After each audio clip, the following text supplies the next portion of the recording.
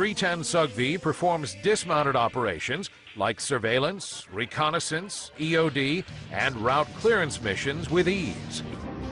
And these robots are advanced. The Air Force, Army, and Navy are all using them more and more regularly. This is a small spying vehicle with 4 cameras and night glasses. And this is a sort of pack mule carrying communication equipment.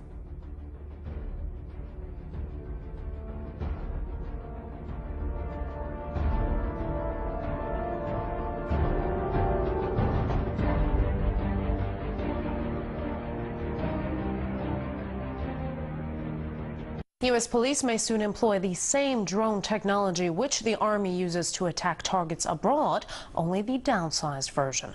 The Department of Homeland Security has tested smaller unmanned aircraft to be used for surveillance as part of a public safety program. Amy Stepanovich from the Electronic Privacy Information Center says this may practically lift the legal limits of domestic spying.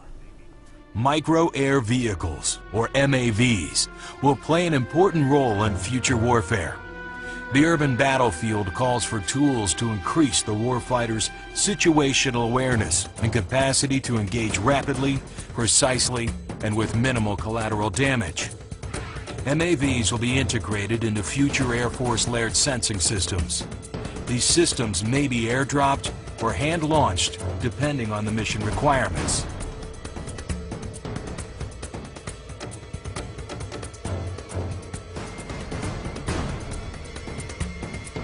The small size of MAVs allows them to be hidden in plain sight. Once in place, an MAV can enter a low-powered extended surveillance mode for missions lasting days or weeks. This may require the MAV to harvest energy from environmental sources, such as sunlight or wind, or from man-made sources, such as power lines and vibrating machinery. It will blend in with its surroundings and operate undetected. MAVs will use microsensors and microprocessor technology to navigate and track targets through complicated terrain, such as urban areas. An MAV operating in urban terrain will have more agility challenges than larger UAVs. Obstructions can cause wind gusts, even on a calm day. One way to overcome this is to learn from examples in nature and use flapping wings to fly. Sensing an oncoming gust, feedback control directs the wings to flap asymmetrically, compensating for the wind. Small size and agile flight will enable MAVs to covertly enter locations inaccessible by traditional means of aerial surveillance. MAVs will use new forms of navigation, such as a vision-based technique called optic flow. This system remains robust when traditional methods, such as GPS, are unavailable. Multiple MAVs, each equipped with small sensors, will work together to survey a large area. Information from these sensors will be combined, providing the swarm of MAVs with a big picture point of view. Data will be communicated amongst the MAVs to enable real-time, reliable decision-making and to provide an overall surveillance picture for other platforms or operators. Each individual MAV may perform a very distinct mission from its fellow swarm members. While some MAVs may be used purely for visual reconnaissance, others may be used for targeting or tagging of sensitive locations. Individual MAVs may perform direct attack missions and can be equipped with incapacitating chemicals, combustible payloads, or even explosives for precision targeting capability.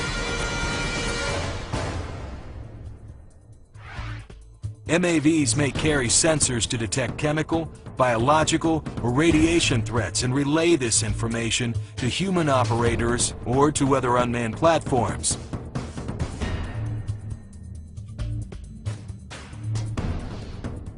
Like their biological inspiration, MAVs are not limited to flight. The agile hovering, perching, and crawling MAV will fulfill the mission popularly termed dull, dirty, and dangerous, like no current system can. MAVs will become a vital element in the ever-changing warfighting environment and will help ensure success on the battlefield of the future. Unobtrusive, pervasive, lethal, micro-air vehicles, enhancing the capabilities of the future warfighter. The U.S. military has designed drones so small that they're starting to look like tiny insects. These are used to get into areas that they normally wouldn't be able to reach. These secret insect drones are said to help the fight against terrorism and help protect us. Yeah, they look cool and could make a fun toy, but is this something that could cause concern in the future? People in New York and the Washington, D.C. area have been reporting strange sightings of what they describe as tiny machines hovering around different gatherings like the anti-war rally in Lafayette Square last month. A student was convinced these were not real bugs. The FBI, CIA, and other various government organizations have all denied such claims of having mini spy drones at work. I guess if we generally trust the government, they would only be used to keep our nation safe.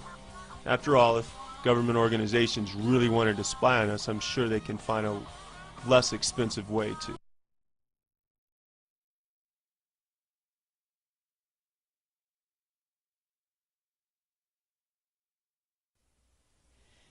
This is Rev. Michelle Hopkins.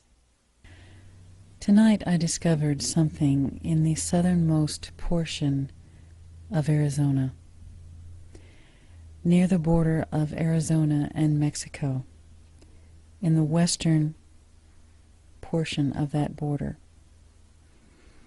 This is what I discovered.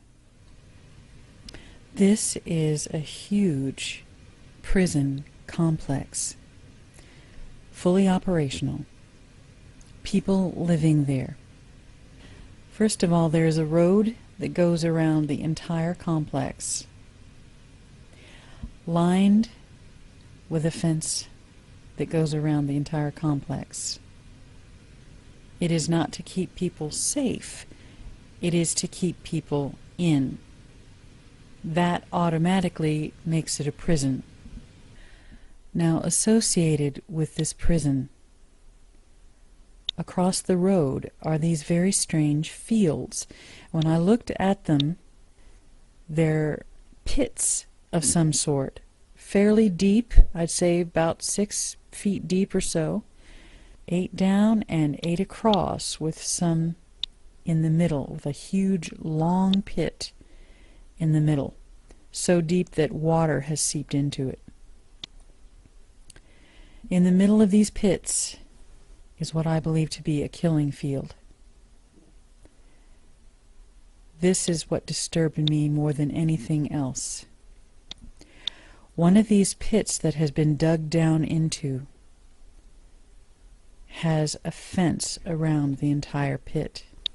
It's an entire pit, just open, where you could bring a great many people to stand around. There's no place to sit. There's no place for recreation. There's no one digging there. The only thing in this pit,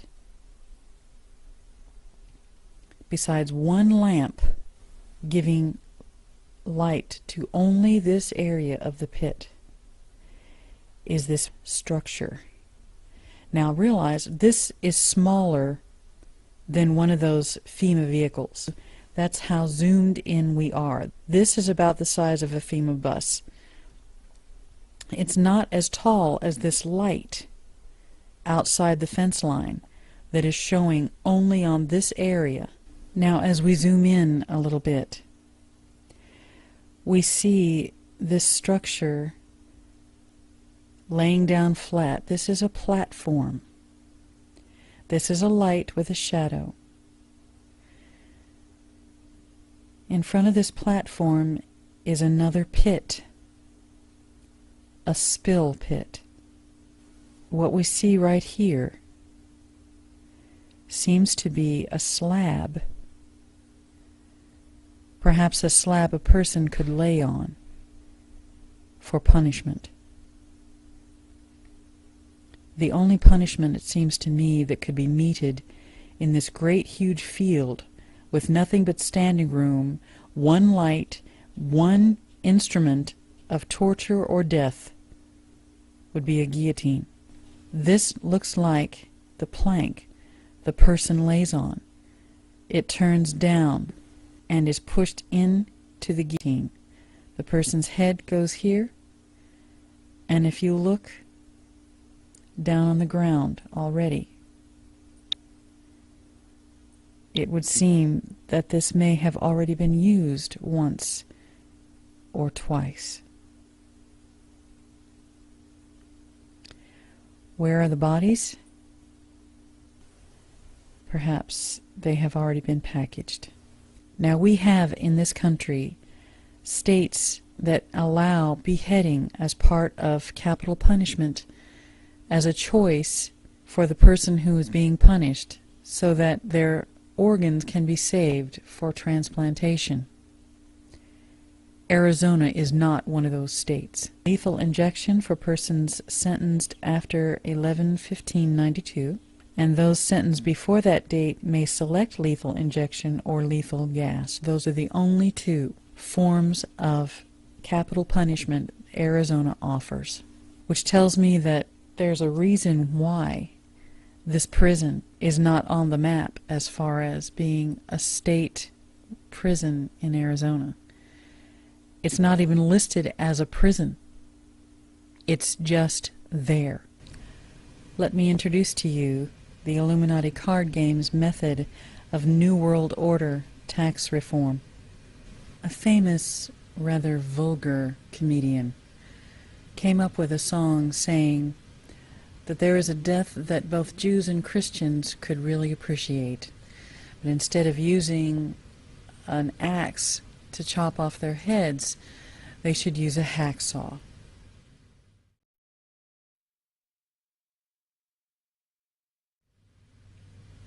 In Revelation 13, we are told, the beast, that is the Antichrist, was given a mouth to utter proud words and blasphemies, and to exercise its authority for 42 months.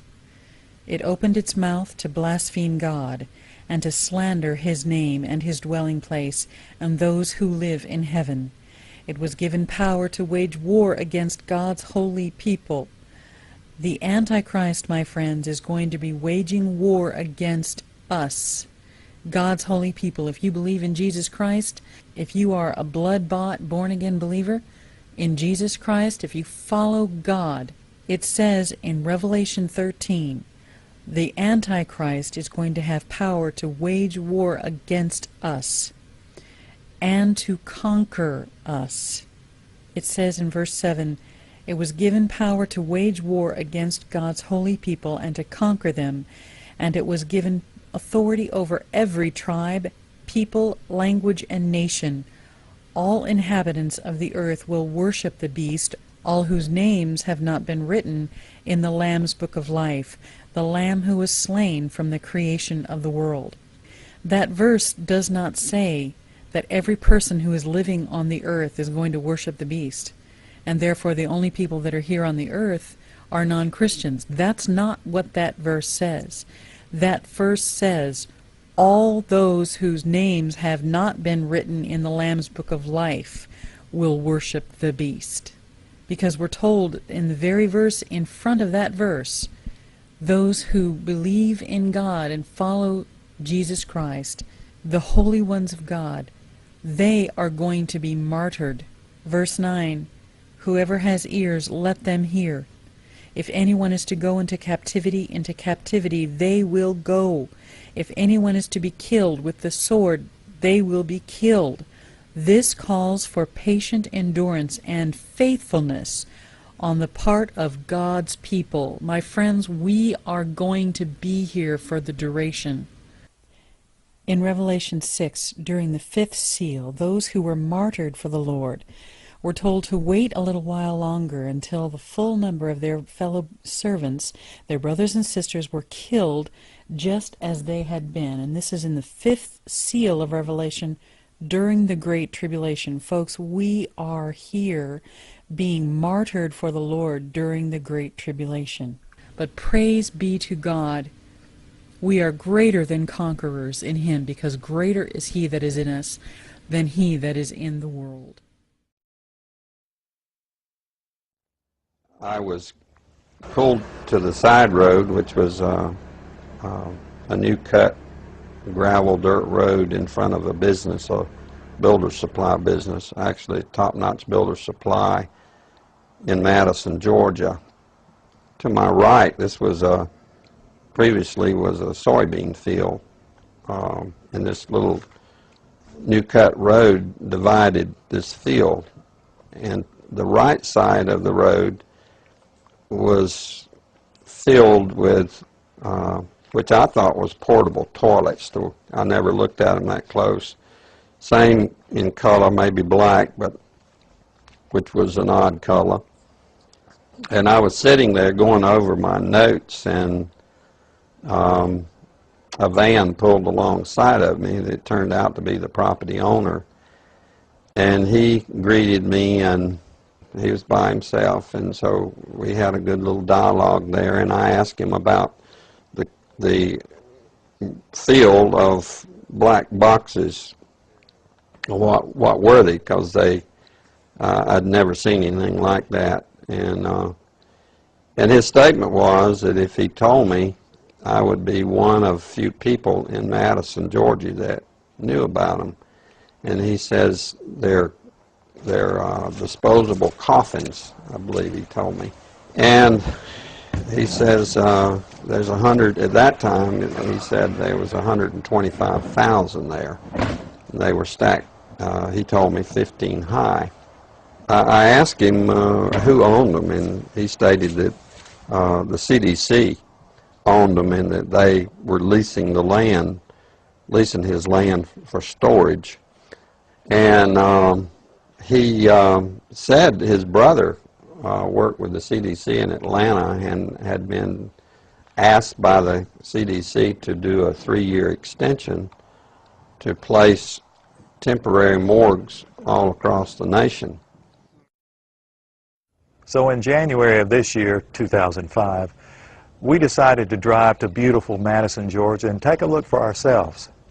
It was on a Sunday and no one was around, with the exception of this one pickup truck that was coming out the narrow road that we were going in on next to this field. We flagged down the pickup truck, and it was providential that the driver of this pickup truck turned out to be the son of the man that owned this field. So naturally we started asking him questions. And he told us that not long ago there had been as many as 500,000 of these grave liners or disposable coffins. We asked him for permission if we could look around, and he said yes, so we did. We're just getting an idea for the size of these boxes. What could these boxes be used for? Well, they're called casket liners. And that's an interesting term, isn't it? It's a casket liner. When I first heard the term casket liner, I thought perhaps a lining for a casket. But this is too big to be on the inside of the casket. So certainly this could be used as a casket. This is an inexpensive casket. And you can see the size here. There's lots of room. I think my friends here, we could all probably get inside, and it might be a little cozy, but we'd fit just fine. Which tells me that these liners can be used for more than just one. And one more time, what kind of liners are these? Casket liners. These are casket liners. That's what the man said. That's what the man told us. And we're told that there are about, well, there were about 500,000 out here. Later, as I went back to my home office, I spoke of it there, and of course people usually don't want to hear too much about this kind of thing. So it's never been mentioned, publicly, except just here and there, till I went to a luncheon, a fundraiser for Representative Saxby Chambliss. He was running for his second term for the U.S. House of Representatives. And it was a crowd, probably 100, maybe 150. It was congressmen, senators, state senators, and mayors. There was one table we probably had 2 3-star generals and a couple of 1-star with their spouses. So it was a real high-powered meeting. Now what we've just seen is one United States city. The lids we found, folks, were flat, and they were reinforced. You know what that could mean? You can stack them on top of each other. That's a lot neater to stack them in disposable coffins than what we saw after the tsunami, when we would see bulldozers digging holes and taking bodies and pushing bodies into holes. America can stomach this much better.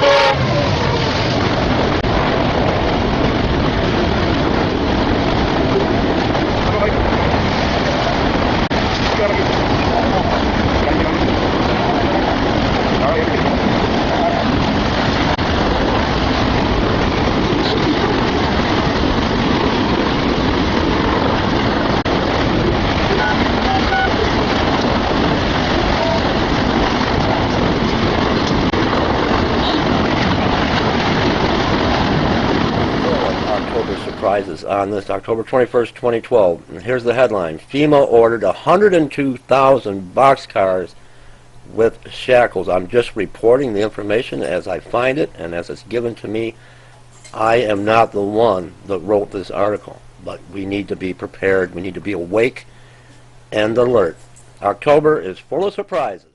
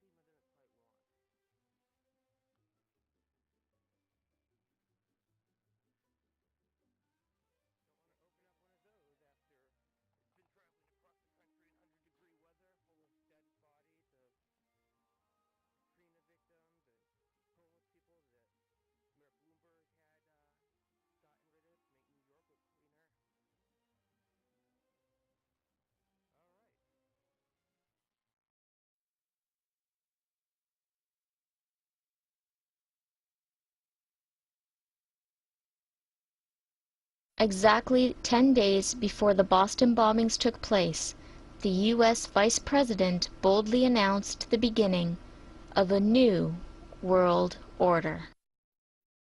The affirmative task we have now is to actually create a new world order, because the global order is changing again. And the institutions and the rules that worked so well in the post-World War II era for decades, they need to be strengthened, and some have to be changed. So we have to do what we do best.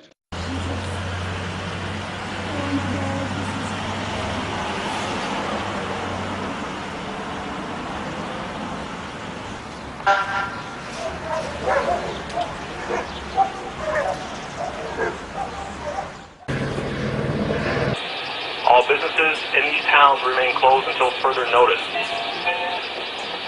Residents should remain and not answer the door unless it is a police officer, and are advised to stay away from windows.